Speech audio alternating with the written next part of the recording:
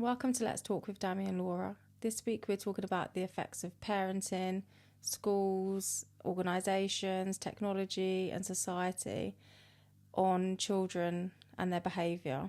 Yeah. We're not experts, but we've had our fair share of experiences as we've got children with behavioural challenges, shall I say, and a child with autism. So I think we can give a little bit of insight and just sort of delve into the topic to help other parents, and it might make them think, might make them go and research something, or maybe just think about their own parenting style and children. We'll also discuss about the difference between British and Nigerian parenting, because it's quite different, isn't it? Yeah. Really different. Yeah. So I think I'll start with, I am a strong believer that there is no naughty children. That is a strong stand. That is a strong, very strong stand. What makes you believe that? Why? I think because of the experiences that I've gone through with my own children and the support I've had, or lack of support I've had, the books I've read, the videos I've listened to, the courses I've gone on for like autism and things. I think you start to really question children's behaviour and you start to look at it in a slightly different way. Yeah. And I always think that there has to be a reason for the behaviour. Children don't just wake up and go, I'm going to be naughty today to make mum and dad really cross with me. They don't. It's like I always think it's like a domino effect. And if you don't understand the child's need, because they don't always know how to express it, if you can't find the root cause, their behaviour is just not going to be what we expect of them, is it? So I think because of that, I've always looked at a child's behaviour and gone, okay, what's the reason behind this? Like sometimes I say to you, okay, Luna's whingy because she's hungry. Yeah. Isn't it? True. And that's the reason why she's not behaving, Yeah. or she's tired, or, you know, or sometimes Lily Grace has come home from school and she's, you know, frustrated, she's angry, she's not cooperative because something's happened at school. She's not come home from school and going, oh, I'm going to be naughty, I'm going to misbehave, I'm not going to listen.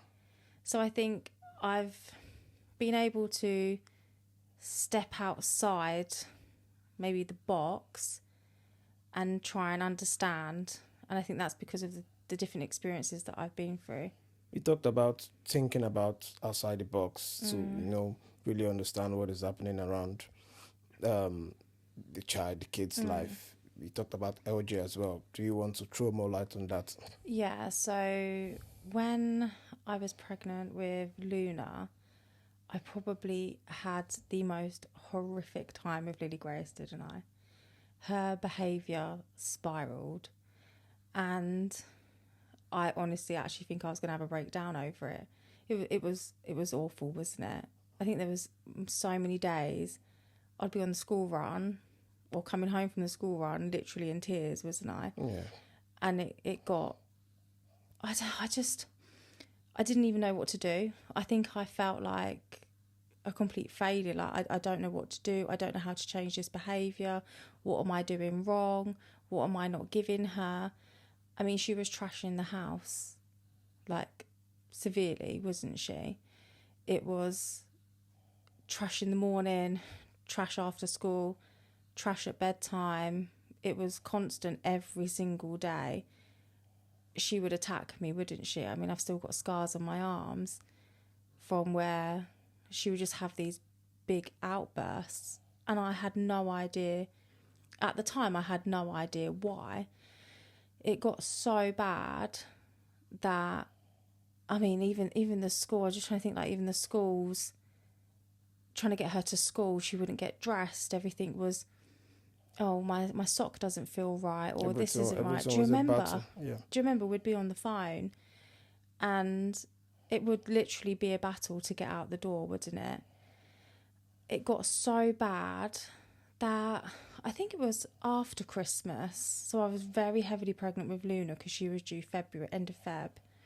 My dad said enough is enough because he was the only one here, him and my stepmom, that were really giving me the support and saying, you can't keep doing this. Like, what is going on? And they said, we're going to take her and she'll stay with us Monday to Friday and come back at the weekends. And I had to go, yeah, because I don't know what to do. When I look back at that now, it was a whole chain of events that was causing her to behave that way. It wasn't because she was naughty. It's because there was so much going on in life with me, but it was also massively affecting her.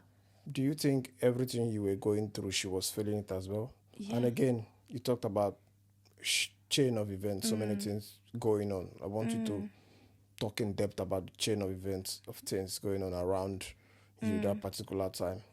So, firstly, there's a pregnancy going on. It's a big change, isn't it? There's you in the picture. So there's another man, a father figure in the picture. Are we moving? Are we not moving? Because we was going through homelessness. There's like two sort of elements to that, which I'm not going to discuss in detail in this one, but that was going on. I lost my nan as well. We had the whole visa thing going on, which was stressful for me as well. And then there was family court going on, which was with Lily Grace and Oliver's dad. And she was probably feeling all of that tension that I was experiencing. Not that it was changing my behaviour, but she probably was picking up on that anxiety, that tension, that stress. There's a lot going on. There's instability going on. She probably really felt that. But at the time, maybe I didn't recognise, hang on, I'm going through a lot, but there's certain things that actually also affect her in quite a big way. Isn't it, really? And so she was almost, I don't know, was she trashing the house for attention? Was I not giving her the attention she needed? Or was she trying to communicate something in a way I just couldn't understand? Because how old would she have been then? What, 5? How old was, no. 6? So it's still a lot for a little brain to comprehend. Yeah. And then I think also, if you look just prior to that, we had gone through COVID and lockdown. So she'd never had a full year at school. She'd gone to preschool, started reception. During that reception year, lockdown hit, school's out. And lockdown was just awful because we didn't do anything, and it was just me, her and Oliver. So I think that was really hard for kids, more harder than what I think we probably let on. Yeah. And then she's coming back into a schooling environment, and there's all these different things at school that's going on as well. And you've got all your friendship groups at school. So there's even more stuff for her going on as well. And I still think that all of them things massively affected her. One of the stats that we was looking at earlier from the Public Health of England, it said that 1 in 10 children aged 5 to 16 years had a mental health disorder, and parental mental health problems are strongly linked to poorer outcomes in children. Well, that says a lot, and I think that's also proof that everything that I was going through, not that I was depressed or anything, but I was going through a significant amount, that was definitely having an effect, isn't it? And so I do agree with that statistic, but it's scary how many children are being affected by their parents. And, you know, it's not to put blame on parents, because I've been in that position where my own mental health has clearly affected the children at some point because of things that are going on in day-to-day life. You were going through so much at the time. Did you get any help from the school? No. Well, they probably thought they helped, but I don't think that they helped. So Lily Grace was in primary school, and bearing in mind we was getting to school late every single day, there was even numerous occasions where we was turning up, she's in the car screaming, not dressed for school. And the head teacher was having to come out and, Lily Grace, get dressed. You need to come into class now. You can come and see the dog, blah, blah, blah. But there was no, okay, what are we going to do for this family? Like, what can we do? Yes, I went into the school, was having discussions. They knew the background of, what had happened between me and the children's dad. They knew all of that. Their solution was for her to have some counselling in terms of like art therapy counselling because she liked art. So the art therapy counselling consisted of, I think, about 6 sessions. Did it help? No, it probably isn't enough sessions to kind of really delve into helping Lily Grace open up. The school themselves, I didn't feel particularly supported by them. Yeah, I was going to ask you a question. Do you think the schools are equipped to deal with behaviors like that? No, I don't. Or do you think the school should put something in place? It's 2 questions, yeah. 2 questions. Do you think the school should put something in place to deal with behavior without referring you to art therapy? Because obviously it didn't work. No. Yeah. No. The behavior was still going on. Art therapy didn't work. So do you think the school itself should look, okay, put people in place to deal with that behavior if it arises? They're naughty kids all the time, kids that are naughty. So that when they come, they know how to identify the problem earlier, because those kids are so young. If the school have that in place, they're probably able to start, helping them as they progress from class to class. You know, do you think? Well, I think in my situation, there wasn't enough. I don't know if it's because the schools aren't equipped, or they don't have the training, or they don't have the staff members, or I don't, or if it's just particularly that school. I don't know. It's a tricky one, because some parents in that situation and some children may not open up, whereas others may open up more than others. But it just didn't feel like anybody was really trying to help get to the root cause of the issue. When I think to the preschool that Oliver was at, they were more helpful, but their answer was to refer to social services. Why? And that's, I think majority of parents in the UK have a fear of social services, and I certainly did, because I think we all have a fear that our children will be taken off of us if we have bad parenting, or we do something that they think is wrong. Our brains automatically are wired to go, oh my God, they're going to take our kids away. They're going to think we're failures. I'd already had dealings with social services because of having to report domestic abuse. So social services were instantly involved. And, I remember them saying to me, if I hadn't have left the relationship, myself and children, if I decided that I was going to stay in the relationship, would have been taken away. Like, we would have been taken out of this environment to ensure that we're safe. So the preschool referred to social service because they were like, you need help. I think they knew that perhaps Lily Grace maybe had ADHD, or like there was something more than, she's not just naughty. Like, there's a reason for this. They knew I was pregnant. It was affecting Oliver at preschool. And so I feel like they felt they probably had no choice. Maybe they were a little bit busybody, I don't know.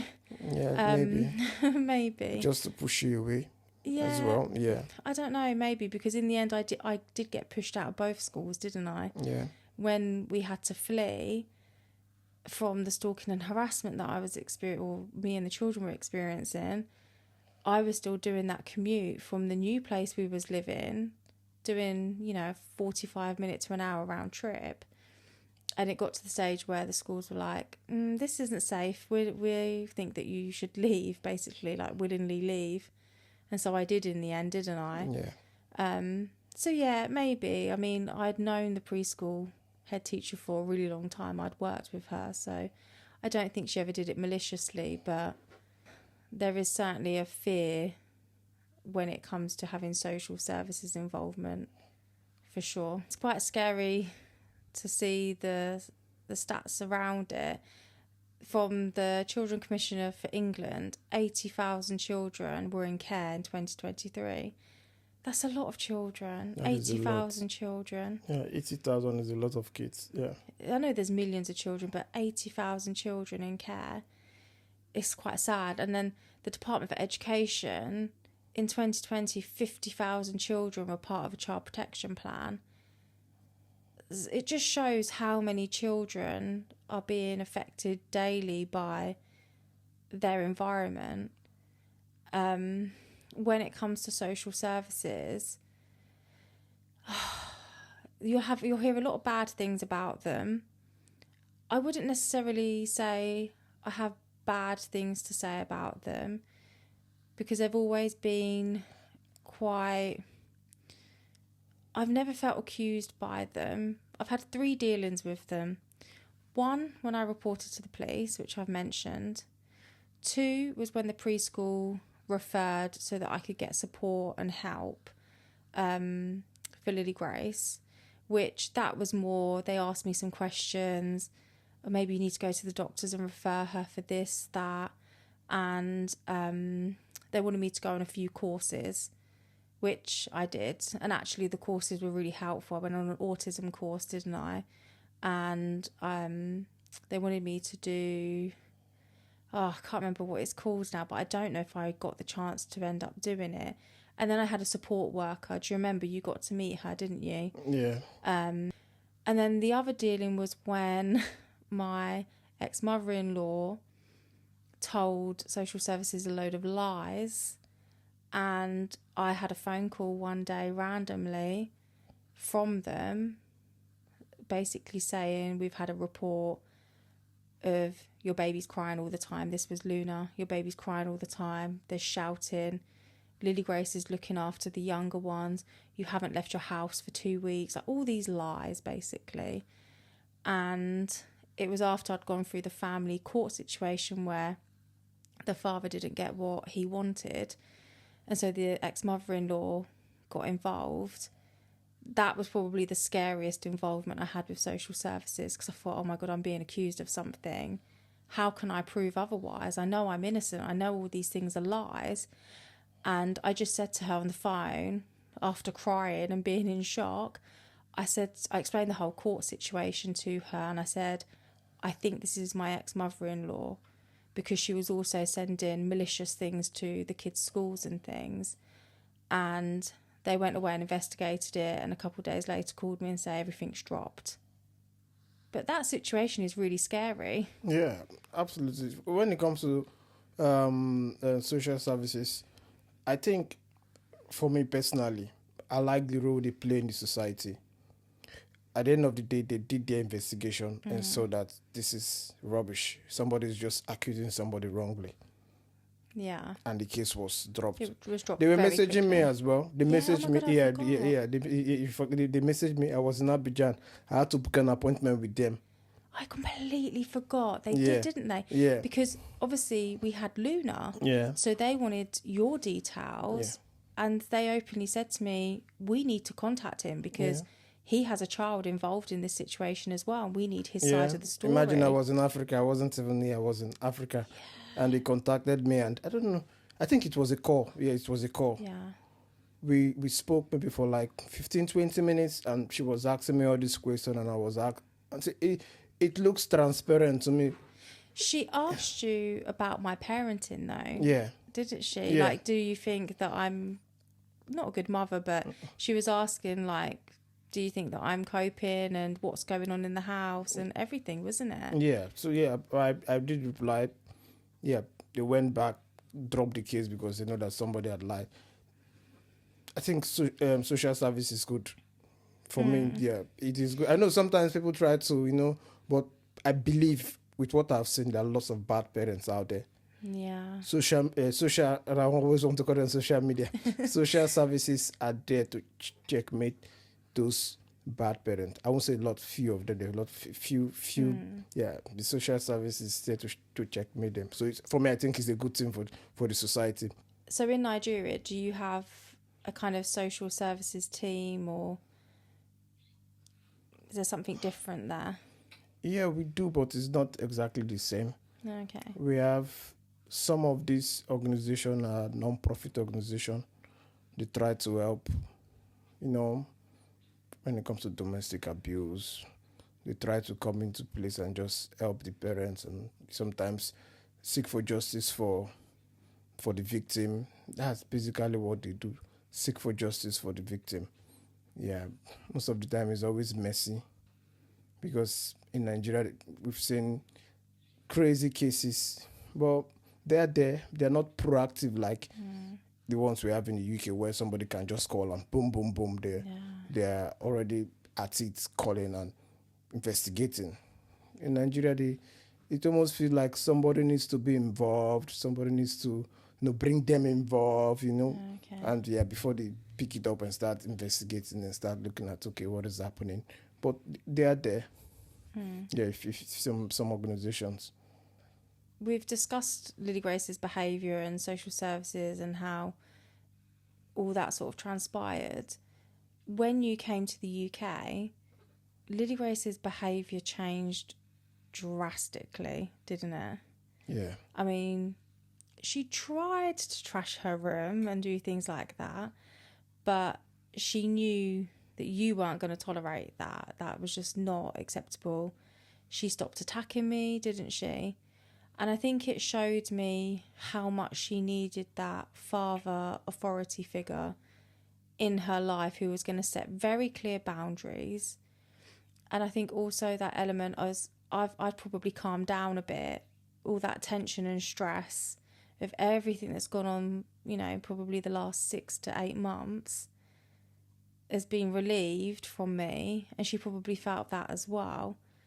Because, oh my goodness, do you remember when I moved into temporary accommodation? Her behaviour was quite horrific there as well, wasn't it? Yeah, I could remember she was We screaming, shouting all the time on phone. We'll be on the phone for an hour and she'll be screaming. Yeah, we had no school for her. Oh my God, do you remember as well? There was a really old Scottish lady who I was in the car after Lily Grace had been shouting. And she came over to me. I'm sat in the car crying. Lily Grace is sat in the car crying. And she just came out and she came over and she's like, are you both okay? I was like, no, I'm not okay.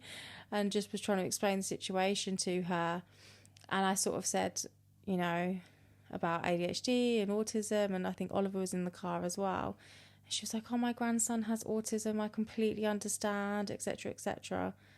And I thought, oh, bless her. Like, I was so grateful that she'd come out. But equally, I was mortified because I thought, geez, she's heard me and she's not even my next door neighbour. Isn't it? She was like sort of living the houses kind of opposite. Yeah, opposite, wasn't it? So when you came to the UK and her behaviour changed, what a relief that was. Wasn't it? Yeah, it was like Jesus came and saved you. Literally. And saved her. Yeah. Isn't it? In a way, because she did change and she was listening more. And that's not to say that she doesn't have her moments and that she still, she does have moments where she argues back and she doesn't listen or she doesn't do things properly or the way that you or I may expect of her. But I always think back to what it was like. And so to me, she's like nearly an angel child compared to then. Yeah, I can remember a little bit now. When I first came, she wouldn't go to bed. She would trash her room. Like, we want to have our time. We always Yeah. set boundary to have our time. Like she wouldn't go to bed. Oh, I'm too hot. I'm too cold. You're too Oh cold. my God, do you Put remember? something on. You're too hot. You understand? Yeah, it Yeah. was a very difficult time, but I'm very happy that we've Past that stage. past all that now. Yeah. Oliver's got autism. Sweet boy. He's so good. Such a good boy. What's his personality like? Well, like you've said, he is literally the sweetest boy, isn't he? Yeah. He's so kind and caring. He listens, but he just lacks that understanding. So that's where his autism plays into it, isn't it? He doesn't quite have the understanding as what other kids his age have, does he? It's, even his speech and things, we don't always understand. When you came here, he was pretty much non-verbal, was he? Yeah. He spoke in his own language, didn't he? I mean, what would he say? Like, my Mommy, dami my olofo. That's all he'd say, isn't it? Say. Mommy, dami my olofo. He will say my name, your name, and he will call his own name Olufo. Yeah. His name was Oliver. He will call his own name Olufo. Mommy, so dami my Olufo. And you wouldn't even know, you wouldn't have a clue what he's saying.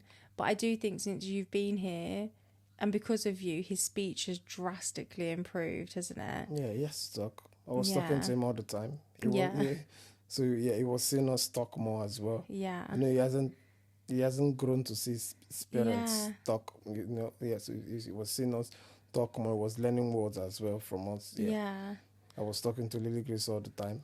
Yeah, and you. So, if you see people talking as well, he has to learn how to talk because he needs to get involved. Yeah, exactly. And so when we're talking about Oliver and the challenges that we have with autism, I think other parents who have children with autism and ADHD, they know how difficult some days can be. I mean, we don't particularly have bad behaviour from Oliver, do we? No. I don't feel like we do. He retaliates when his sisters are being horrible to him, doesn't he? Only when he's had enough. Yeah, when he's at breaking point with them. But he's not a violent person. He doesn't want to hurt anybody, does he? Yeah. He'll sort of hurt himself when he's frustrated, isn't it? It sort of will hit himself or throw himself to the ground and do those kind of things.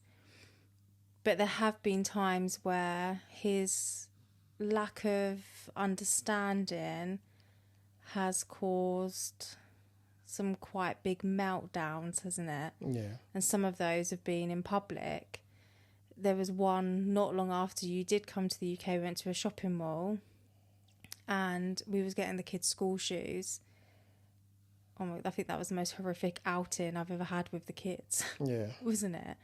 I don't think you particularly knew what to do in that situation because you'd never been in it. Yeah. I just feel it was just being naughty. I just walked off with... You had Luna. I just walked off. With Luna because, to me, this was new to me. It was probably embarrassing for you, I think. No, I don't think it was embarrassing. I've seen kids cry all the time. But you not associating with you. Do you understand? It's not a child that's associated in your family, is it? So to you, it's like, I don't know what to do with this child. This is embarrassing. He's really screaming and shouting. Yeah, and again, your mom was there. Your stepdad was there. So I was hoping you guys are going to sort it out. I've gone to the shop to look for something. You understand? You did walk off, didn't you? And it didn't go down well with my mum and stepdad. And I can understand why. But equally, I had to say to them, he's never experienced this before. He doesn't know what to do in this situation. And for any parent anyway, whether their child has autism or not, it is embarrassing when a child is on the floor screaming and shouting and everybody can hear and you feel like you don't have control of the situation. I've seen other parents in supermarkets and their children are kicking off, they're laying flat on the floor, kicking their legs, screaming. I feel for them, those parents, because you can see they're just like, this is so embarrassing, I don't know what to do. And you'll find so many people judge a parent in that situation. Yeah. So you learnt from it though. Yeah. Because the next time, do you remember we went to a different shopping mall to go and see Santa?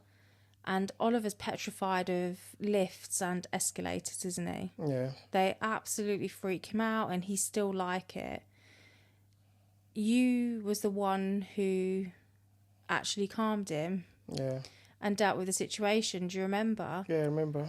So you'd almost... I think after I'd had a discussion with you and explained the behaviour to you and that he wasn't being naughty, he just couldn't understand the transition of the shoes and we're not going to soft play yet, and because you could see the soft play in the shopping mall, he couldn't understand the transition, and that wasn't his fault. Yeah, that was probably my fault because I hadn't prepared him correctly for the steps. Yeah.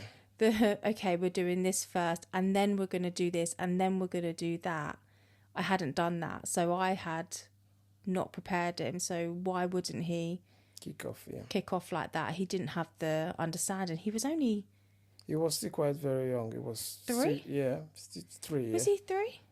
Yeah, 2 turning 3. When did you come here? 2022. He was born 2018. So 19. He was nearly 4. No, all of us 2018. See, he was 3. He was coming up to 4, wasn't he? But his mental age was probably 12 to 18 months. Yeah. So I couldn't even blame him. But you did learn from it. So when we look at Lily Grace's behaviour, what I've experienced, and then those kind of behaviour from Oliver in the shopping mall and things, how is that sort of behaviour, how would that be perceived if we was in Nigeria? Yeah, I was raised by old school parents, so I'm gonna answer your question based on the way I was raised. First and first, in Africa where sometimes we're a bit, not, I won't say violent, but sometimes you're harsh. Yeah, we're a bit harsh. Well, I don't know, your mum was pretty violent. Yeah, we're a bit hard. I was raised with iron stick. Is it iron stick? I'll call it iron stick. Yeah. So yeah, I've seen a lot. We will say that behavior at the time is naughty, but African parents, they like slapping. They will slap. Yeah. I don't know if the slap will reset his brain and try to calm him down, because when they slap you one, they want to slap another one. So if you don't want to be slapped, you have to calm down. You have to, like, as a child, stop whatever you're, stop crying or just stop being naughty. So sometimes it does work, but it's only working at that particular time. It's not really solving the problem, because you have to understand why the child is behaving like that at that particular point in time. If you don't understand, you slap. The next time the child do it again, you slap. You just keep slapping and slapping and slapping. Yeah. And you get tired. And when you get tired of slapping, not understanding the behavior, the behavior will just get worse and worse. And I think that happens a lot when we're growing up. I've seen lots of kids like that. In another scenario, if a child is very naughty, sometimes we look at them as if they are possessed. Oh, okay. Yeah. Now in the modern days, I'll come back to that. But now in the modern days, we're beginning to understand about autism, HDHD, and all that. People are beginning to get kids are beginning to be diagnosed and all that. But back to my time, they look at it like you're being possessed by a demon, or they see it as witchcraft. Yeah. Some of the kids, they take them to church for deliverance and all that. I think that is just backward mentality. Will I blame the parents? No, that is what they understand at that point in time. They don't have the knowledge, you understand, to know that, okay, something is wrong with this child. This child is not being naughty just because they want to be naughty. There's something in depth that is happening. See, some kids will be so naughty that you'll be thinking, oh my God, like, you'll be thinking, oh, the child is possessed or a witchcraft. Let's take them to church. Let's pray for them. Let's do this. Some people have gone as far as like giving their kids up. Oh wow. Yeah. What, just giving them to somebody, or some of them losing them, giving them up? Yeah. So yeah. my mom told me about some scary stories. Yeah, even some people have gone as far as even drowning them. It is crazy. Wow. Yeah. But I'm very happy that the modern days parents now begin to understand this type of thing, but still, they still slap the kids. Yeah. When it comes to slapping kids, I don't agree with it. It's not. I don't think that's the solution. Yeah. I don't agree with it. You have to understand the root cause why the kids have been naughty.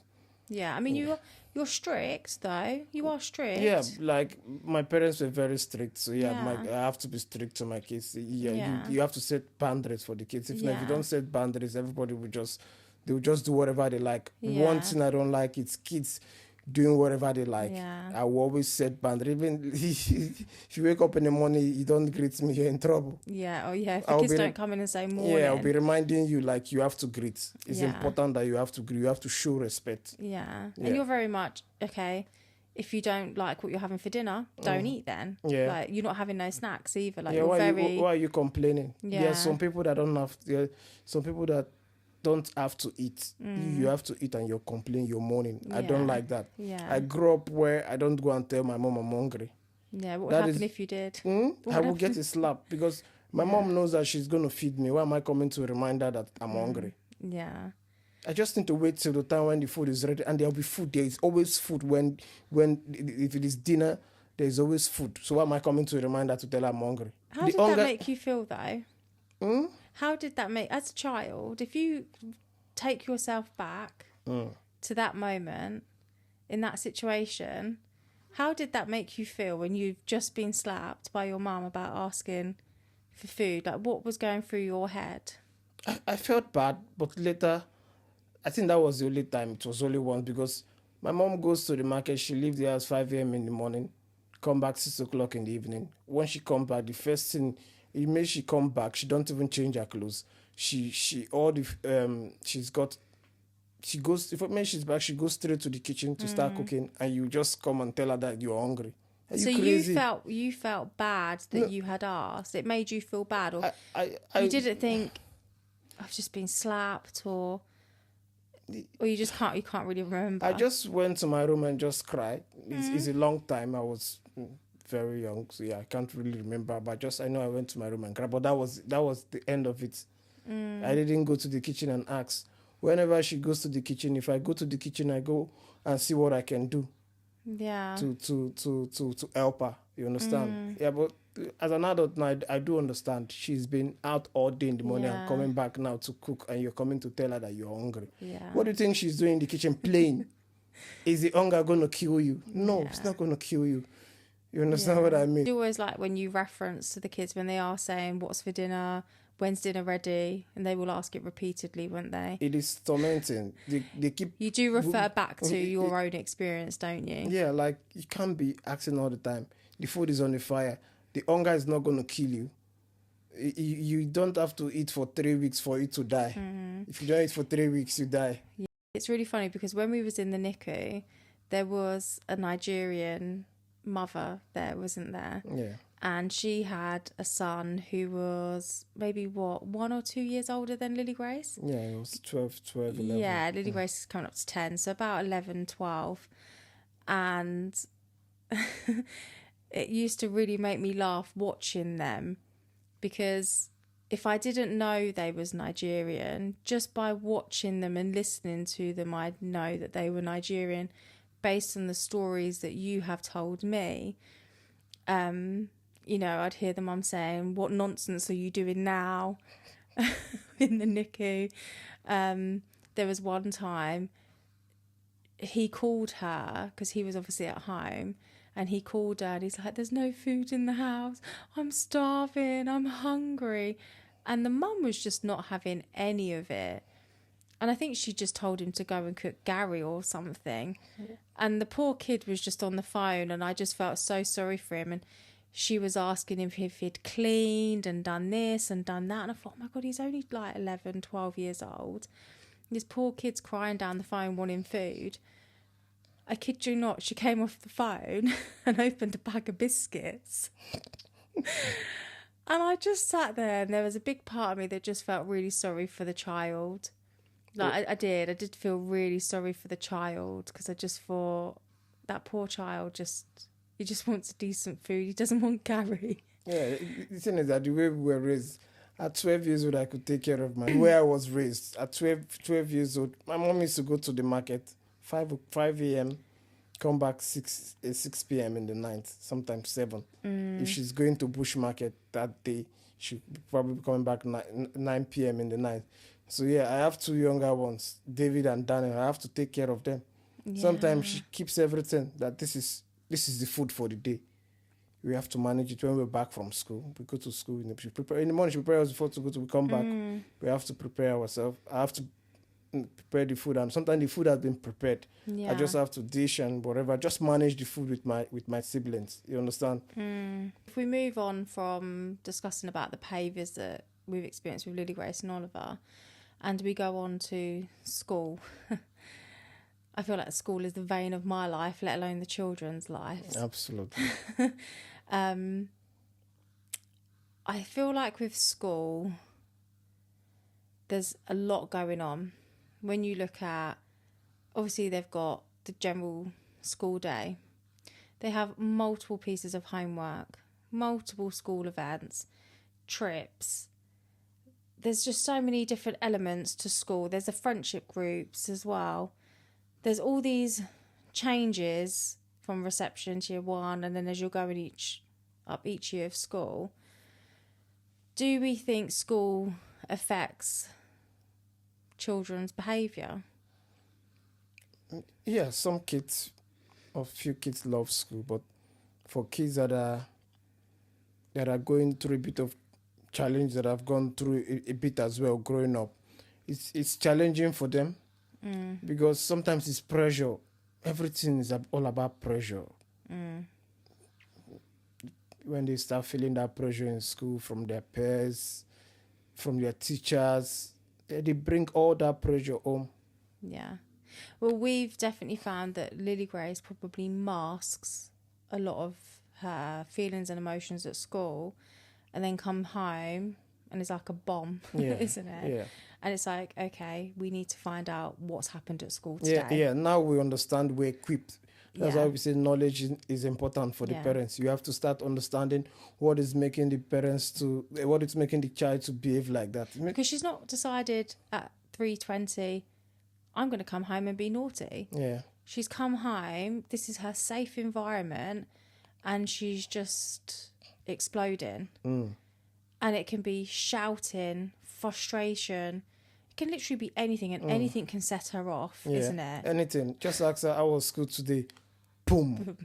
Yeah, so now we know. Once she's like that, we tell her, hold on, calm down, have a minute. What has happened at school? Tell us what's happened. And a lot of the time it might be, oh my goodness, we've had times where the teacher has written something in her book and she's not liked it or agreed with it. Yeah. Isn't it? Or she's done something in her book and the teacher's not understood something that she's done, and she thinks in her head she's done it correctly and she's been told that's not quite correct. It could be something's happened with a friendship group at school. I've picked the wrong lunch option for school. Yeah. Isn't it? I've had it where I picked chicken cobbler the other day, and I'd forgotten that she's told me she doesn't like it. And so she wasn't happy when she come home. Why did you put me down for chicken cobbler? I didn't ask for chicken cobbler. I've told you I don't like chicken cobbler. So there's all these little things that could affect the children's behaviour from a schooling environment. There's an element of it that I think is really overwhelming as well. I find school overwhelming, and I'm not even going to school. The amount of pieces of paper that come back in the kids' school bags, isn't it? Yeah. It's just, okay, I need to sign this, I need to approve that, I need to pay for this school trip. And admittedly, I'm not very good with stuff like that, am I? I do forget about it, or I just chuck it to the side of me. I'll do that tomorrow. And a lot of the time, I forget about it, or I haven't done it on time.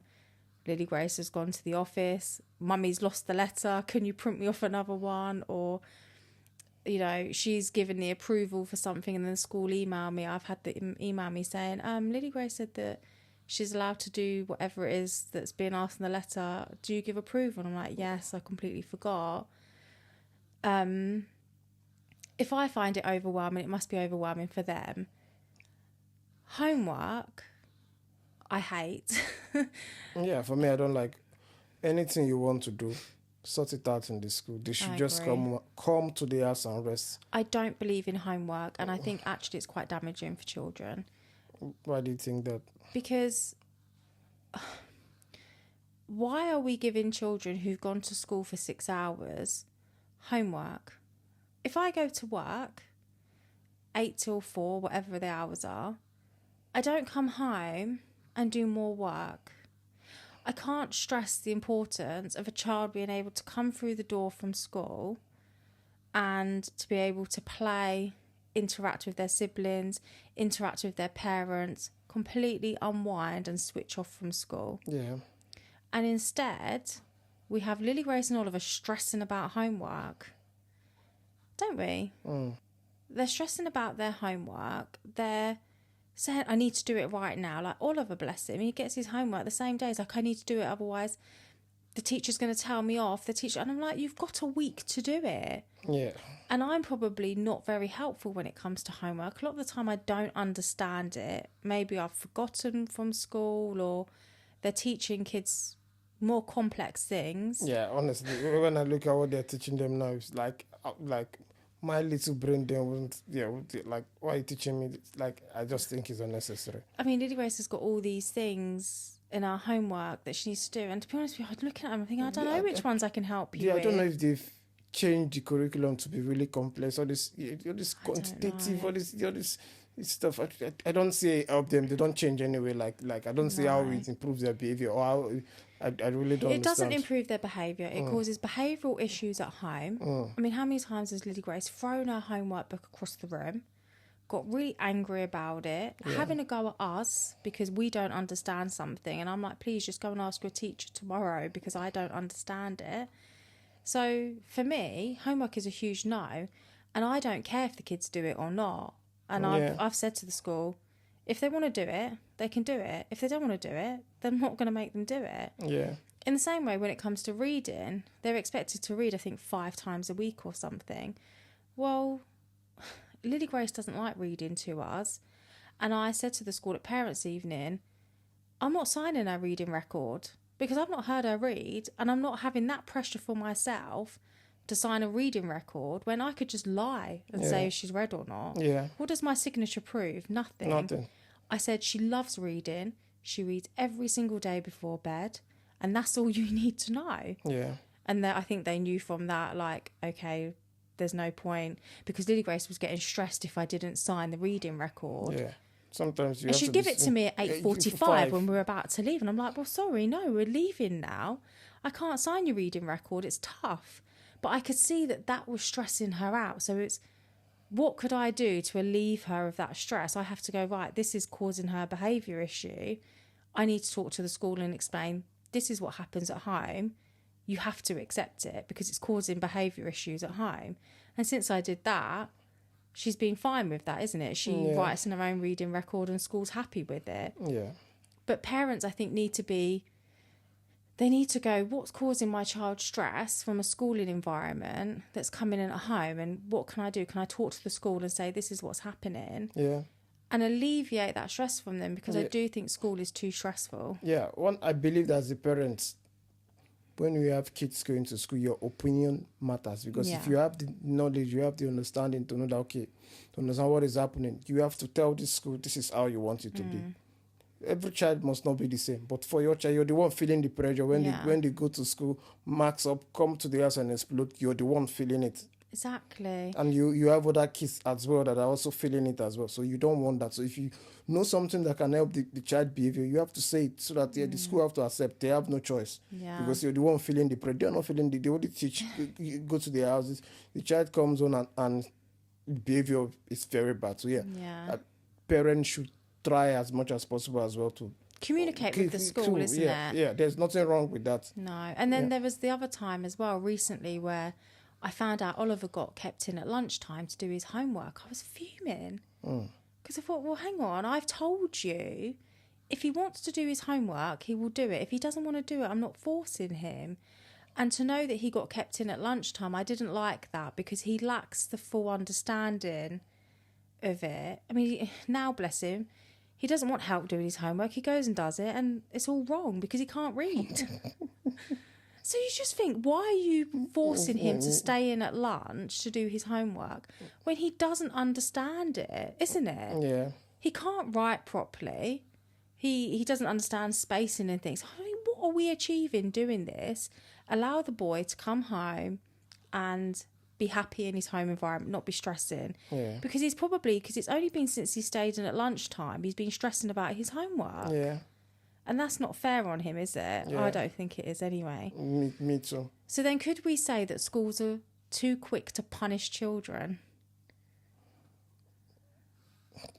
I wouldn't say so, because there has to be series of offenses or series of patterns for the schools to take action. Some schools are very strict. Once they see a particular pattern, okay, they take action. But some of them, it has to be, they try to, I won't just go into conclusion and say, are schools very quick? I still think, I asked you a question earlier, I still think most of the schools are not equipped to tackle that type of behavior. You understand what I mean? Yeah. Whereas I think perhaps schools, maybe they're not quick to punish, but they do punish, and I don't know if they necessarily give the child the right support before they punish them in quite a severe way in terms of suspension and exclusion.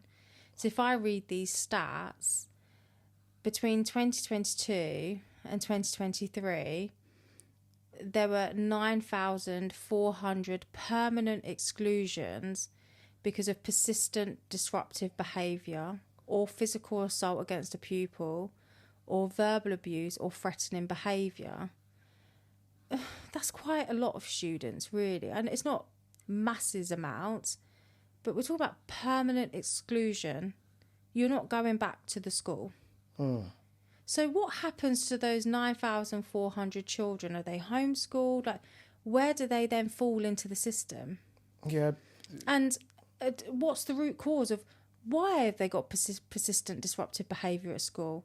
Is it the school environment isn't good for them? Are they going through stuff at home? What is the reason that they are displaying bad behaviour in school? Who is supporting the child? Why are they physically assaulting another pupil? Has that pupil bullied them and they've hit breaking point and gone, I've had enough, I'm going to punch you? Do you see what I mean? And the verbal abuse and threatening behaviour, it all ties into that same thing, doesn't it? Yeah. So you have to understand the root cause. So to me, it's a lot of exclusions and a lot of children that then are sort of stuck in the system, isn't it? And then if we look at suspensions, I mean, this number's really shocking to me. 787,000 total suspensions. So that's 304,000 pupils were affected by that, which means there's obviously children that are having multiple suspensions from school. That's 20% of the student population have received a suspension. That's a huge number. Yeah.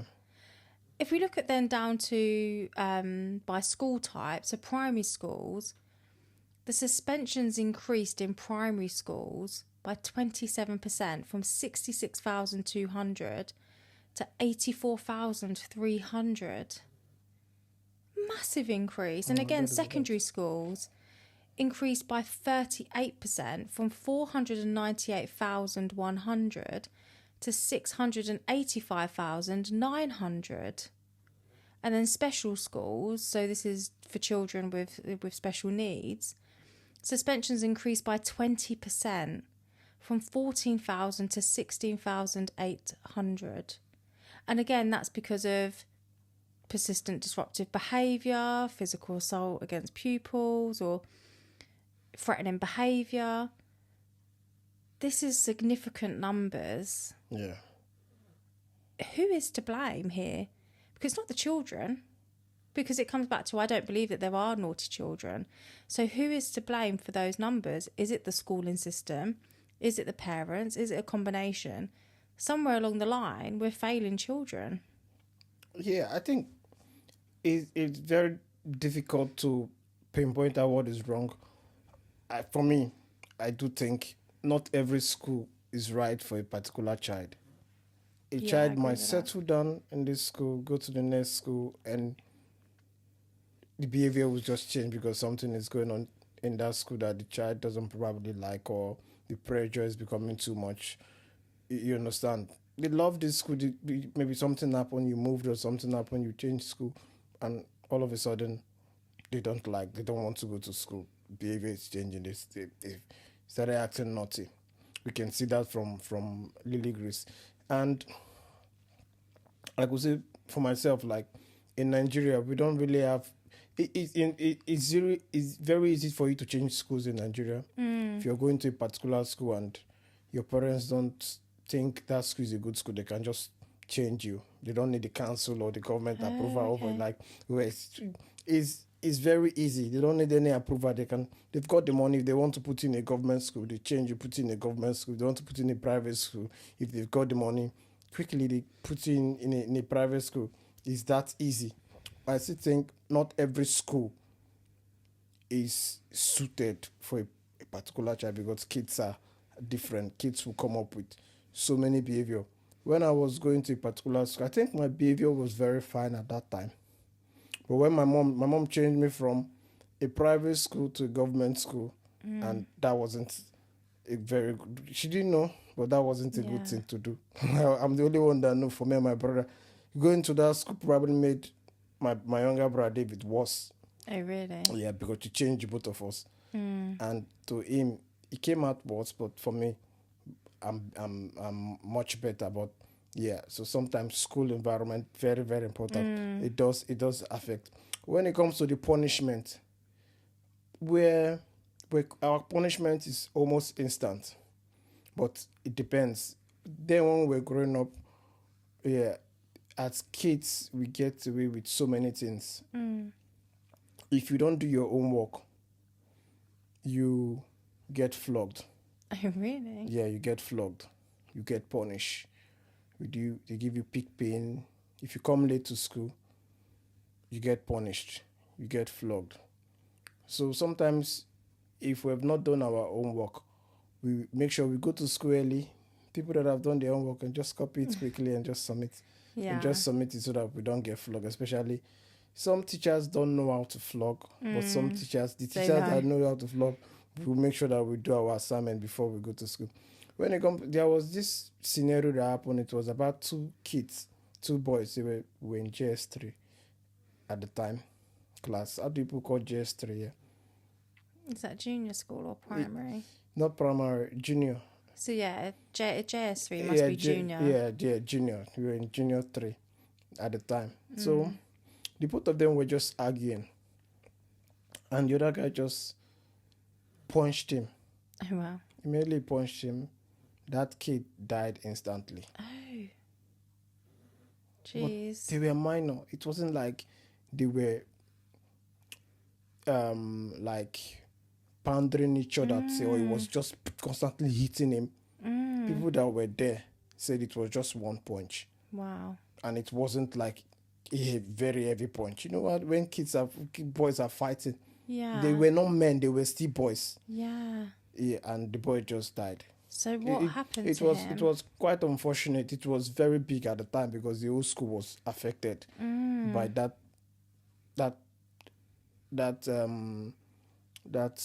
scenario. Is this scenario? Incident? That incident. Yeah. But the boy wasn't suspended. He wasn't suspended. They had to settle through family and all that because of where the tribe, the other boy that died, where his tribe and all that. There's some traditional things they needed to do and all that. Police was involved, but it was a minor. You can't arrest and all that.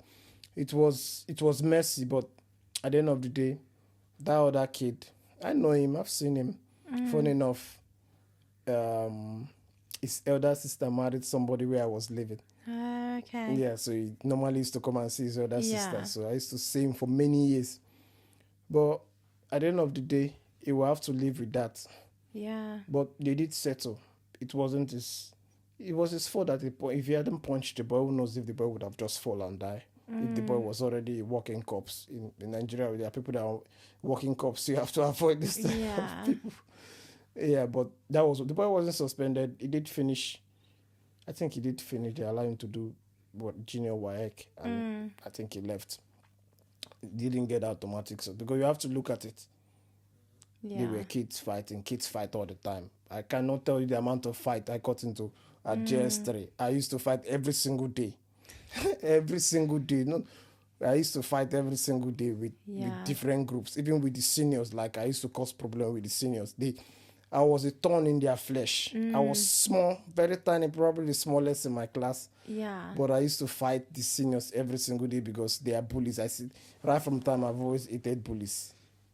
So I used to go with my guys, and we used to, if it is stone, we stone them. If it is like Crazy. yeah, it was a big school. Yeah. Very big school.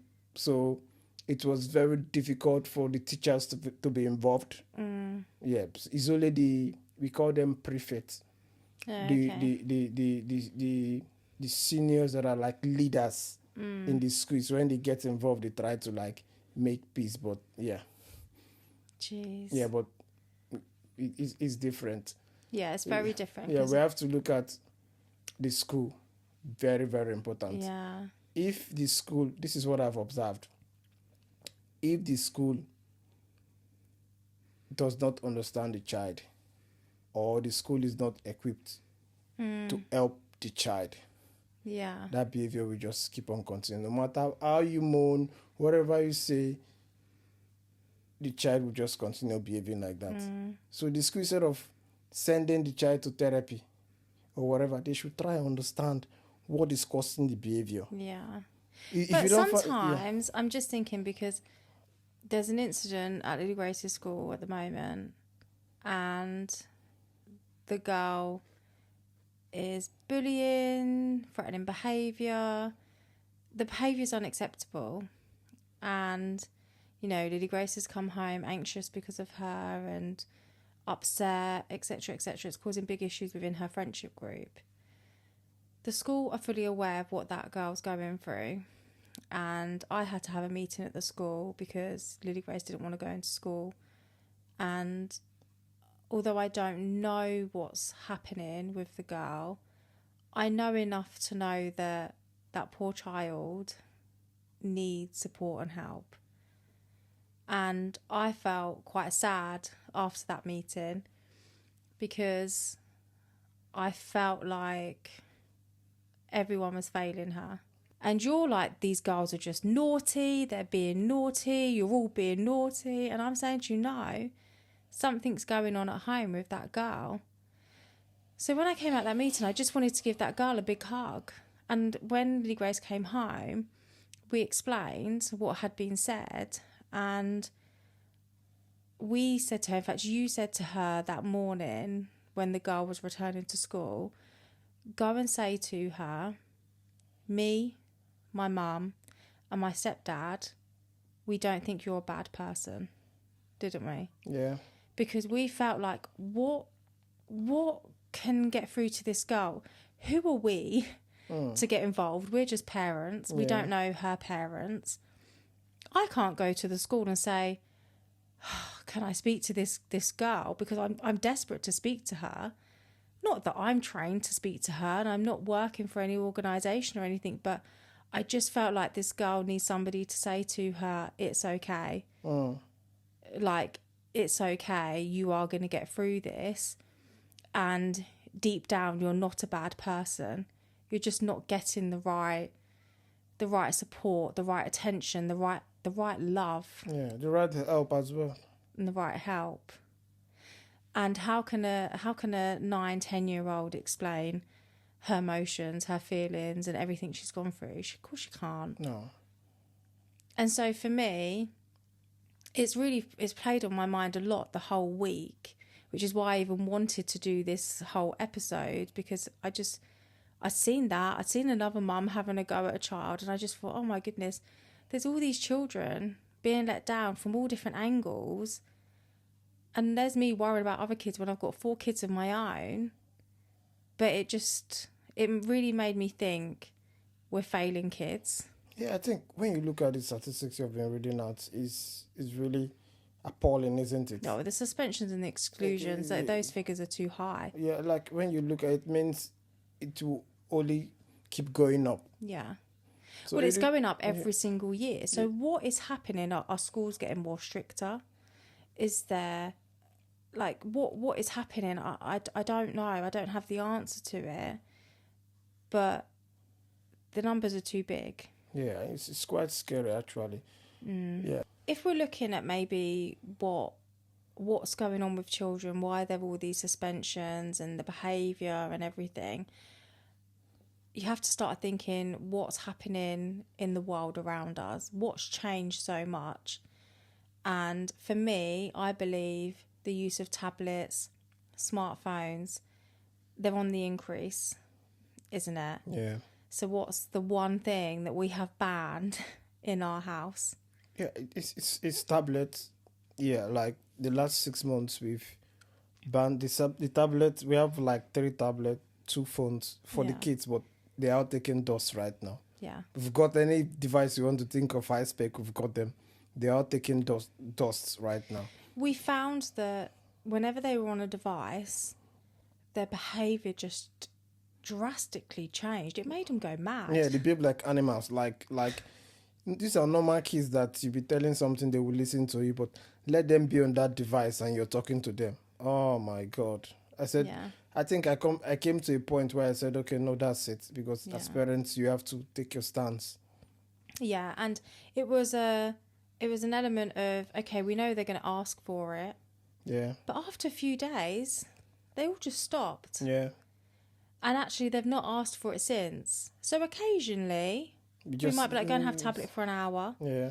But gosh, that must be maybe not even once a month. Yeah. It's a very, very, very rare occurrence, isn't it? Yeah. And they're only allowed to be on the device in the living room when we're sat here, isn't it? Yeah. You're not taking it upstairs to your room. I mean, we used to allow them to be on their tablets a lot. Yeah. Yeah.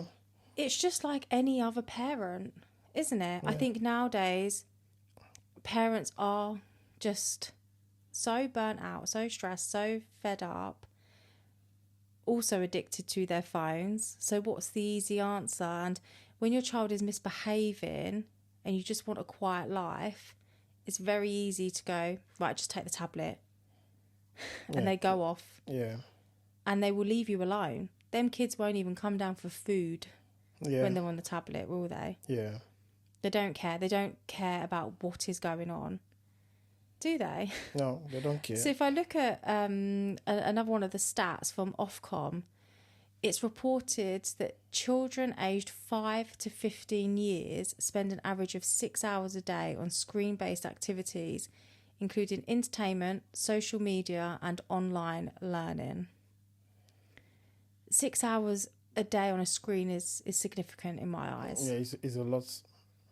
Like that's huge numbers. When they're back from school, they're on their tablets all night. Let's say they've maybe done an hour doing online learning at school or something. I'm hoping this includes school. This might not include school hours. Yeah. Or maybe they do their homework, because we're finding now that the school are setting homework that requires research on a device, which really grates on me, doesn't it? Yeah. And I've told the school time and time again, we don't have devices in our house because it makes them just go crazy. Yeah. They look at me like I'm mad. Yeah, they tell you they want to go and do the assignment, they go and start doing other things. Yeah. You know, as much as you have to give your children some trust, equally, there's a lot of peer pressure at school, isn't there? Yeah. You know, we had it with Lily Grace. All her friends were playing Roblox. Yeah, she's the only one not on roadblocks. The only one. The reason, one of the reasons why I said, okay, you're not having roadblocks, she signed without even telling us. Oh my God, We got the email and that was it. Yeah. She's not on roadblocks no more. No. And I know I've seen what is happening on roadblocks. Exactly. It's not a safe environment for kids that not don't safe. know anything. Innocent kids. Well, I was shocked when the other week at preschool I was picking Luna up and this little boy was saying to Luna about zombies, play zombies or something. I was like, Luna loves zombies, thinking, oh, like they're playing it at school. And the mum's really lovely. There's no issues with the mum at all. She was like, oh, ignore him. It's just this zombie game he plays on Roblox. And I sat there thinking, gosh, he's 2 years old. Maybe 3 or coming up to 3, because Luna's coming up to 3. And I thought, wow. It's already on Roblox. It is quite scary, isn't it? Very scary. And of course you can have parental controls and things, but I'm part of a tech Facebook group, Tech for Parents. It's not the name of it, but it's to do with that. And I should find the name really, because it's quite scary when you read the posts from parents who have all these parental controls on their children's phones, and they have this, they have that. The children are getting smarter and smarter and smarter, and they're finding ways around everything. And you learn about apps you've never heard of, and you learn about the things that are on apps that you think are safe, that kids are all on and being exposed to. It's really, really scary. Really scary. Yeah, we're talking about the different apps and things, and when we think about social media, it does worry me. I mean, even Lily Grace has told me some of her friends were on TikTok. She was like, oh, my friend's seen your video. Thinking, what? Like, it worries me, because she's obviously coming to the age where she does want a phone. She does want to be doing this. She does want to be doing that. She's going to start going out by herself. She'll be going to secondary school soon. She's going to be more exposed to all these things. Yeah. For me, but I always like the growing up the way my uncle was trained. He always tell me that he's going to teach his kids. His first child was a girl anyway, like, just like Lily Grace, to make her understand whatever. Then there wasn't social media then. Yeah, but now it's social media. I wonder how he's going to deal with that now. I wouldn't know, because that child should be in secondary school or in the university now, because that was a long time ago. Yeah, so I don't. For me, I still, what I believe is teaching the kids, let them be equipped that this is what they are going into. For Lily Grace, I think she has missed a few years of all this crazy social media, but she's not on her phone much. If she's there, she's only doing something that relates to school. So she's not scrolling TikTok, she's not scrolling Facebook, she's not doing, she's 10, so she's missed that few years. So if she was to start going into that, she will be equipped, because we're in that space. We see what is happening every single day. So we will equip her so that she understand. If she sees something she doesn't understand, she will want to be asking us or telling us. You know, so if you get messages from strangers or whatever, she wants to be. You need to equip these kids. If not, they're just going to fall in the wrong hands. Yeah, and I think, I think I'm going to end up being a little bit of a helicopter parent when she does have a phone, because it just, yes, there's open communication with us and her, and she knows she can come to us about anything, but there is going to come a point where she's going to want to be more private, and the peer pressure and social media, anybody can go and open an account and say you're 16 or 18 or whatever the bloody age limit is for these things. You know, it's, can you be on every single thing that a teenager is on? I don't know. And then what they're exposed to is quite scary. And we didn't have that growing up. Yeah. We didn't have all of them things. I don't remember being exposed to the sort of things that children today are being exposed to. So it's a whole new thing. And I wonder if parents are struggling to keep up with children today and technology. There's an element of some who probably don't care. Yeah, just give them a phone and tablet, let them just do what they want to do. They want an easy life. Yeah, but you have to be there for these kids. The kids need us. Yeah. They don't know anything. For me, I always see them. I see the kids as they don't know anything. They always feel like they know everything. They don't know anything. I think it's tricky as well, because there's an element of, I think as parents we can probably be quite hypocritical when it comes to social media and devices and technology. We're living in a world where our generation, we're on our phones a lot. And that is a sad reality. We are on our phones a lot. We are on multiple social media channels. We're looking at it. And do I think it affects children? Yeah, I do. Yeah, I do. yeah. I do think there's an element, and I've seen it with our own children, where we can be on our phone and they might be like, Mummy, Daddy, watch me, watch this.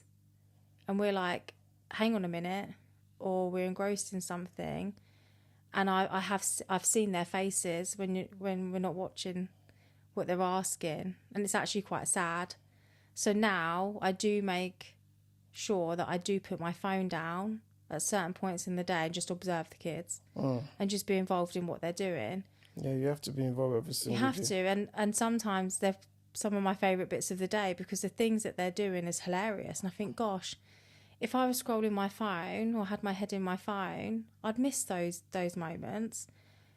But there's an element of as well that I think parents need to think about is if you was with, let's say we went out for dinner, or I don't know, we're spending the evening together or something, and we're on our phones, or you're on your phone or I'm on my phone and the other person isn't, how would that make you feel? You would feel like I'm not interested in you, or like not wanted, not interested. I don't care what you're doing. I don't care what you say. I don't have your time. Same at the dinner table. If you're engrossed in a device, it shows you don't have that person's time. You're waiting for your phone, a notification, you quickly look at it. You're not in that moment, are you? I do wonder sometimes, what must kids be looking at when they see that from their parents? They don't have their time. Oh, I can't ask them a question. They're on their phone. I do think those things, and I do think it affects children. I think it affects their behaviour. Sometimes children simply just want attention. They want you to be playing with them, or they want you to be watching them dance, or just watching them. Kids love attention. Our kids will come and look at your face. I want you to look at me. But there's some, though, that maybe don't, and they're just standing there just looking at their parent. And their parent isn't even aware that child just wants some attention. We're living in a completely different time to when we grew up, where there wasn't phones. And so there was a lot of attention. And I do think that plays a big role in children's behaviour. I really, really do. Yeah. So any parents who are scrolling a lot, just put your phone down every now and then, isn't it? Yeah.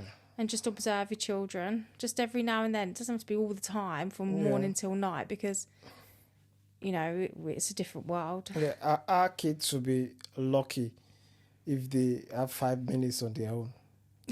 1 minute. We're all in the living room. Yeah, if everybody, like, if somebody was to go, one of the kids was to walk up, go upstairs and it's quiet, we're not hearing sound immediately. We're looking for you. We're calling for you. What are you doing? Yeah. Yeah, you can't just go and be on your own. We want to know what you're up to. Yeah, exactly. Yeah.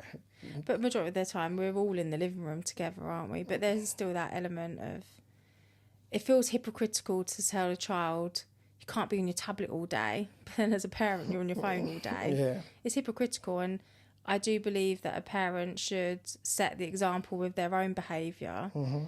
You can't expect a child to model a behaviour that you yourself are not modelling, isn't it? I think that there's an element of that, but technology's scary, in my opinion. Scary. Oh, AI thing coming out now. It's scary. Yeah, and then there's another stat here about social media and the link to mental health on children. So the Royal Society for Public Health shows that there's a huge link between the two, and that 40% of 14 to 18-year-olds in the UK report feeling anxious and depressed because of social media. Huge numbers. Yeah, why are you on it? Close that. There should be, for me, I still think there should be like an age cap when it comes to social media. But who's responsible for that? Is it the parents? Because it's not the children. We will always keep saying, oh, it's the children, it's the children. It's not the children. I remember the beginning of the school year. No, not beginning of school. The beginning of January. Everyone's going back to school. This poor girl was crying behind her mum Her mum's shouting at her, "It's not my fault you was on your tablet till 1 o'clock in the morning and you're tired." And I just sort of looked and I was like, well, yeah, it is your fault. Yeah, It's like not the child's fault. there's no boundary. You should have set boundary long. Like when it comes to bedtime, 6 o'clock for people that want to give their kids tablet. Like what we used to do before, when we were giving them tablet. If they're on tablet when it comes to bedtime, when we're trying to set them up for bedtime, they start whinging, and the behavior is bad. So we quickly understand it, and we said, okay, 5 o'clock, everybody come off tablets or devices so that you can rest your eyes before bed, and that actually work. But during the day, when we find out that when they're on tablet, the behavior is so bad when you're talking to them, we just stop it entirely. Yeah. Like I mean, this device is not good for you. It's making you go crazy, making you behave like animals. Like if you don't have it, you're agitating because of the device. They are waking up early, 4 a.m. in the morning, 3 a.m. in the morning, just to wake up and be on it. We're sleeping and you're on the device. We don't know what you're watching. Yeah. That is not happening under my watch. Yeah, so we took that device out and their behaviors are better. Luna, sometimes you sneak in and out of it's the Samsung phone. Yeah, so bad. Yeah, but she's grown up. It will be taken from her. And there's an element of not just that child is on the device. What are you doing awake till 1 a.m.? As a parent, for us, we're very, very strict about bedtime, aren't we? It's probably the biggest thing we're strict on. No matter whether it's school or school holidays, they go to bed. Yeah. And by 7 o'clock, isn't it? Yeah. They're going upstairs. You can play for a little bit, but you stay upstairs and you go to sleep when you're ready. 9 out of 10 times by 8 o'clock, they're all asleep, isn't it? Kids need sleep. So that poor girl crying because she's asleep, not even just because she's on the device, that parent hasn't set the boundary of this is the time you go to bed. It's been school holiday. She's probably been staying up late. I don't even stay awake till 1 o'clock in the morning. Yeah. Nor do you. No. So, my time is 12 o'clock when it's 12 o'clock. Yeah. So it's quite scary that there's children staying up till those crazy hours, isn't it? It's not good for their brain. It's not like healthy. I've seen it first, and like if you have kids, this is just going out to parents. If you have kids that stays on their tablet or devices till 1 a.m., 12 a.m., please just stop it. Just put you it have down. to stop it for the sake of that child. You have to stop it. Put a boundary to it. Not even just for the sake of the child, for the sake of yourself. Yeah. I can't stress how important it is as a parent that you also need your time to unwind. Otherwise, we would just all go insane because parenting is really hard. And I do think that children need to go to bed.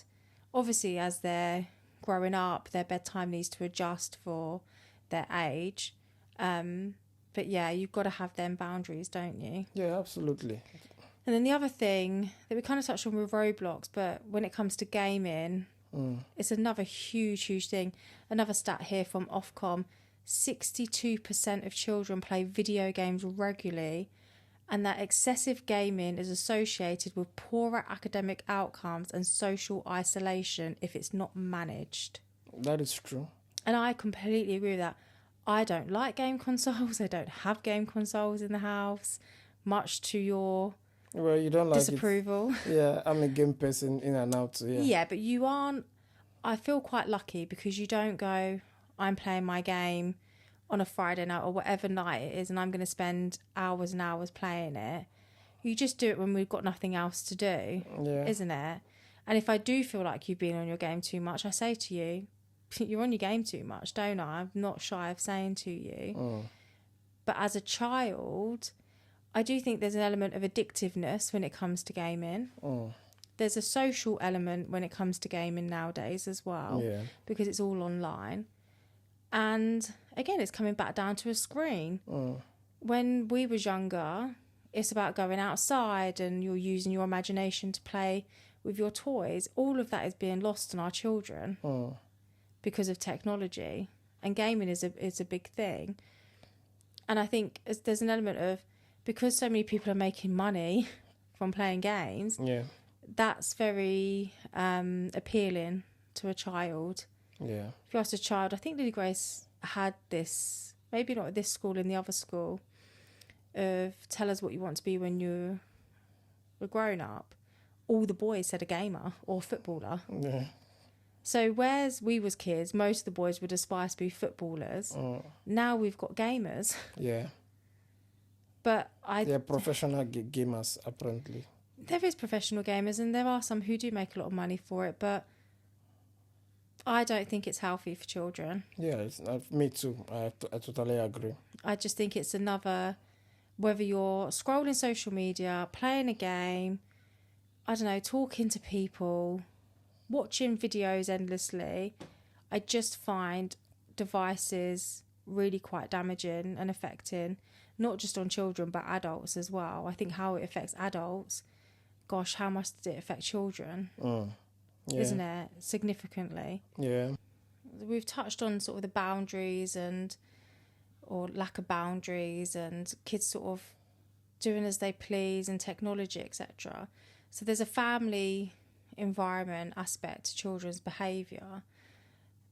There's an element of, I feel like, how the household is made up. So is there a mum and dad in the household, or is it a single parent? And I've experienced a household as a single parent, as a household where there's domestic abuse involved, and a household where there's a happy, loving environment, which is the one that we're in now. I genuinely think it has a massive impact on children's behaviour. And 1 in 4, the University College of London, 1 in 4 children live in a single parent household. I feel like there's a huge taboo around single parenting, and it's a whole other episode, but I'm just going to touch on it because it does affect children's behaviour, but not necessarily just the single parent households. Because let's say you're in a household where there's domestic abuse, or a really unloving mother and father relationship. If you have to weigh up the benefits, what's going to benefit the child more? Staying in the domestic abuse and the unloving mother and father relationship, and that child witnessing those things, or being a single parent household. Yes, you're going to have less money in the household. You're not necessarily going to be able to do all the things that a family unit would do. Bad behaviours can come from both of those things, isn't it? And it's about weighing up. Yeah. So all of them things have massive impact on a child's behaviour as well. Like, huge impact. And then I think there's that element of parent burnout. Whether you're a single parent or not, I think parents get burnt out very, very easily. Because there's so much pressure on parents. I think there is anyway, from so many different elements. Work. If you go to work, you're already exhausted when you come home, aren't you? You've got school bombarding you with emails, letters, homework, etc., etc.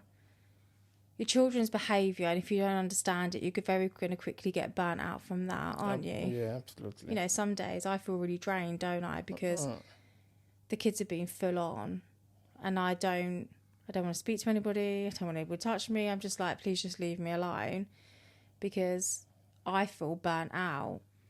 And I think there's more parents than we think that feel fed up, burnt out, unsupported. They don't have the help.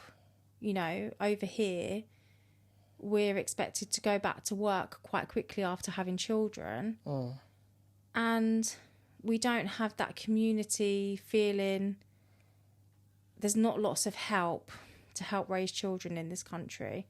It's send them to childcare, to strangers to look after your children, isn't it? You might be really lucky to have grandparents help look after your children, but there's some grandparents that also go into work, isn't there? You know, I was really lucky that my stepmom gave up work when I had Lily Grace so that she could have Lily Grace, and I went back to work when Lily Grace was 6 months old. Do I think that's affected Lily Grace's behaviour? Absolutely. Yeah. I think going back to work when she was 6 months old was too soon. Yeah. She had very conflicting upbringing. Yeah, boundaries, and you know, she's got nanny there who she can be strict, but equally she's going to spoil. It's her granddaughter. You had my method of parenting and boundaries. You had the father's method of boundaries and parenting. It was very confusing for her, and I wasn't that quality time that I should have been spending with her. I didn't, but God, I learnt from it. With all the other three, I haven't. I changed jobs. I've allowed myself to work from home, haven't I? So I've not missed out on the others. And I do see a difference. Yeah. But the sad reality is there's a lot of parents who can't do that. They have to go to work because otherwise how do they pay bills? Yeah. They don't have the luxury of being able to have a job working from home, do they? I mean, over in Nigeria, I think it's very different, isn't it, in terms of that community and how you bring up children. There's a lot more of a community feel, would you say? Yeah, when it comes to Nigeria, like where I grew up, you're not doing it on your own. Yeah. If your child is naughty on the street, somebody will tell that child, stop doing what you're doing. I know your parents. I will come and report to your parents that you're naughty. In some instances, they will go and get the child, take them to their parents, and tell the parents what the child was doing, and they will talk about it. And yeah, That's being busybody. no, it's not like busybody. The community helps bring up the child as well. As a parent, you have a role to play. The community, the society. Let me use that. The society helps as well. Not now. I see there's a child. Maybe now I see on social media people think like people do it a lot. When you see kids that are being naughty, you maybe you take a picture and put it on the internet. You don't need to be doing that. No. I think people that do that sort of thing are shallow-minded. If you see kids that are being naughty, go and tell them that they are being naughty, or just tell them, "Come on, kids, come on. That's not a good thing to do." You have to tell them. See, in Africa, people will not watch you being naughty. It is very dangerous. That's why in this country, people can just stop people on the streets. Nobody cares. Everybody just walk there. People can just... that is where we're getting to. Everybody wants to mind their business. I don't like that kind of life in a society. Well, actually... It is, if we get to that stage where everybody just... in this country is almost at its peak. Even neighbors don't even say hi to each other. Neighbors mind their business. Neighbors. Most of the time, it's always like that in this country. Well, we kind of do that with children anyway. When I think... do you remember when Oliver fell 10 foot off the slide? Yeah. You was in the car with Luna because Luna was sleeping. And I'd literally just put rubbish in the bin and he fell 10 foot. It's still a mystery to this day how it happened. Yeah. There was 2 other parents, other mums in that park, and they didn't even come over. Yeah, we were trying to look at what was happening, and it didn't bother them at all. Like, No. if we were to be Nigeria, that won't happen. They will be over there and say, what happened to him? How did they happen? Trying to ask, is he okay? And just try to be involved. Not like they want to be busybody. But for the fact that they can just mind their business. So if he fell from that place and died, that's how they will just sit down and just be looking. It is sad. If that is the society we live in now, it is a sad one. It is pathetic. I can't see something happening to somebody and not just be involved if I was there. Yeah. And if I saw it, not see it happen, but I'm close, like I'm meters away. I'm meters away from it. I will go there and say, is that child? And again, it's a child. You have kids. Exactly. What if something like that happened to your kids and people are around, they don't bother? How will you feel? Yeah. I don't want to live in that kind of society. The society, the environment should be involved with the kids' life. You see a child don't be taking your phone, taking pictures or taking it. I think when it comes to that whole, we're exposing children on social media with their bad behaviour, there's an element of shaming parents. Yeah. Well, with parenting, none of us come with a manual. And I think parenting is the hardest thing that we will ever do in life. Yeah. I think there's an element of, when it comes to parenting, we evolve and we adapt. Something that I said to you not that long ago is we will find that with our 4 children, when they grow up, they will look back on their childhood and they will all have a different experience and they will all say, Mummy was like this and have a different experience. Daddy was like this and have a different experience. And we will be like, hang on, you're all in the same household. You're all treated the same. But in their eyes, they wouldn't have been. Yeah. And we probably haven't treated them in the same in terms of Lily Grace was my first. I'm learning. I'm still learning. I'm having to learn every new age as something else comes up and as she develops. I'm having to learn how to parent that age. The poor girl is getting my learning and my mistakes because I'm not a perfect parent and I don't have the answers. I'm constantly learning, aren't I? And it's her who is the one who's experiencing that. Then you have Oliver, where he has autism. So I'm having to learn, even from him, the person who's going to get the best version of me would be Irissa.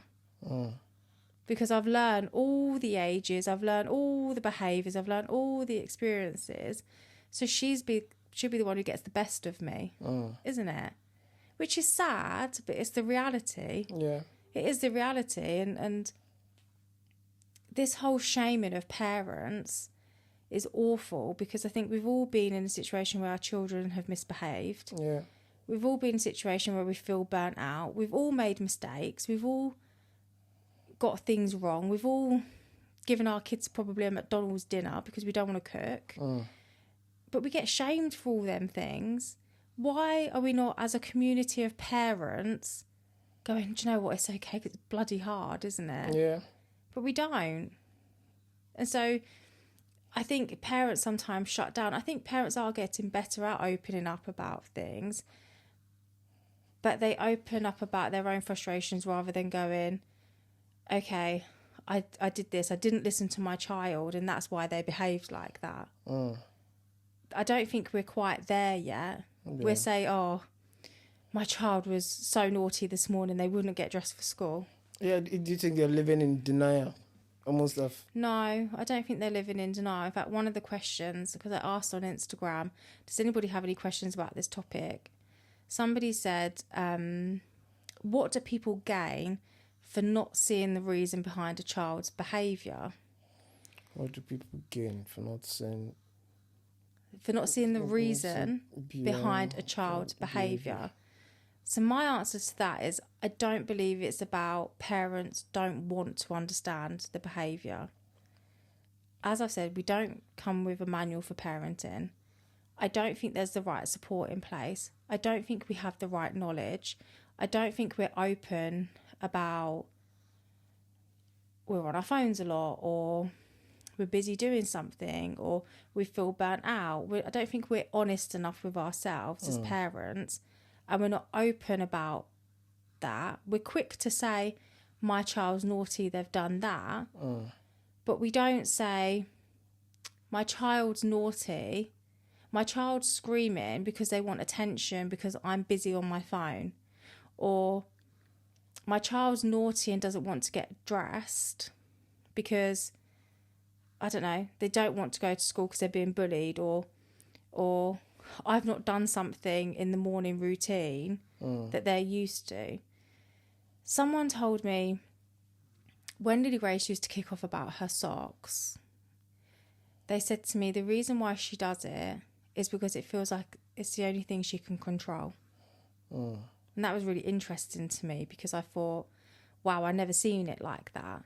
So in her life, she was feeling quite out of control. She didn't know what was happening, very unsettled. What could she control? Her bloody socks. Of all the things, her socks. She was in control of how those socks felt, and she was going to make it known when the socks didn't feel right. And so I was told that, and it gave me a different perspective of why she was kicking off about things. Whereas as parents, we wouldn't even put those two things together. Yeah. So I don't think it's that parents don't want to understand. It's that who is teaching them things. Because if that person had never said that to me, it might have been the social worker or somebody. If they hadn't have said that to me, I would never have even thought that. And I think that's the same for a lot of parents. They just lack the knowledge and understanding, isn't it? And the support. Yeah. I think that's all it comes down to. So with everything we've spoken about, how can we understand children better? I think something that we've not touched on, but I think it's for another episode, is the love language. Try and understand your child's love language. It's not just, love language isn't just for husband and wife, boyfriend and girlfriend. It's very much for parent and child. And that can look different for every single one of your children. I think having very clear set boundaries and sticking to the boundaries, being consistent. Kids love consistency and boundaries. Yeah, absolutely.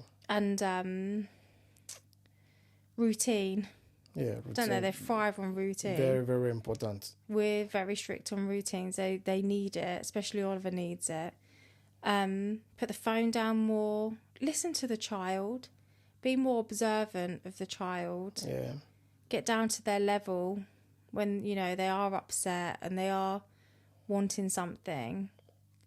It's so tricky. Ask for help as well. Yeah. Try and understand them. Teach them respect. You have to teach them respect. If your kids respect you, they will go outside and respect somebody, respect everybody as well. But yeah, if they have no respect when they go outside, there'll be no respect, is it? Yeah. Discipline, very important as well. Not, but you have to at least a degree of discipline. With them boundaries, the discipline comes, doesn't it? I think it's also communicate with the schools. If your child's struggling with school, don't be afraid to go in and put your foot down and say, well, no, this doesn't work for my child, whether it's homework or reading. These are the difficulties you face. If the school is not supportive, you're in the wrong school. Absolutely. Isn't it? And you have to make a really big, bold decision. Do you keep your child in that school, or do you try and find a different school that will support you and your child? Like, it's so important. I think try and look at technology and social media. Don't let kids go on it too soon. Same with these games like Roblox. Really try and understand the dangers as a parent for the child with all of those things, isn't it? Absolutely. And don't be so hard on yourself. As a parent, it's not easy. There's no right or wrong. There's always going to be some special kids that, even with all these things, they're always going to be good, brilliant. But those are just rare kids. I think just try and understand your child isn't being naughty. The child is not out to get you for the day. Some days when the child's been consistently naughty, they're not out to get you. They're having a domino effect of their needs not being met. Just try and understand it. Just try and take a breather. Go to the bathroom for 5 minutes. Just think of all the different things. What could my child need? It might even be a simple hug, isn't it? Yeah. Some food. Or just, water. Water, even water. Yeah, even when they're thirsty, they behave anyhow. It's true. And they may not recognise that they need water, that they need a drink. They may not necessarily put those two and two together. So it can be really silly little things. And if you feel like your child is having a meltdown about something, really try and understand what's the environment like at home, what's it like at school, what can you change. It's not easy. No, it's not easy, but as parents, we need to try to have some knowledge about. We have to try and help these kids, don't we? Because they're just kids. Yeah. They're not born to be naughty, I can promise you. No, they're not. They're not from what I've seen and witnessed. Yeah.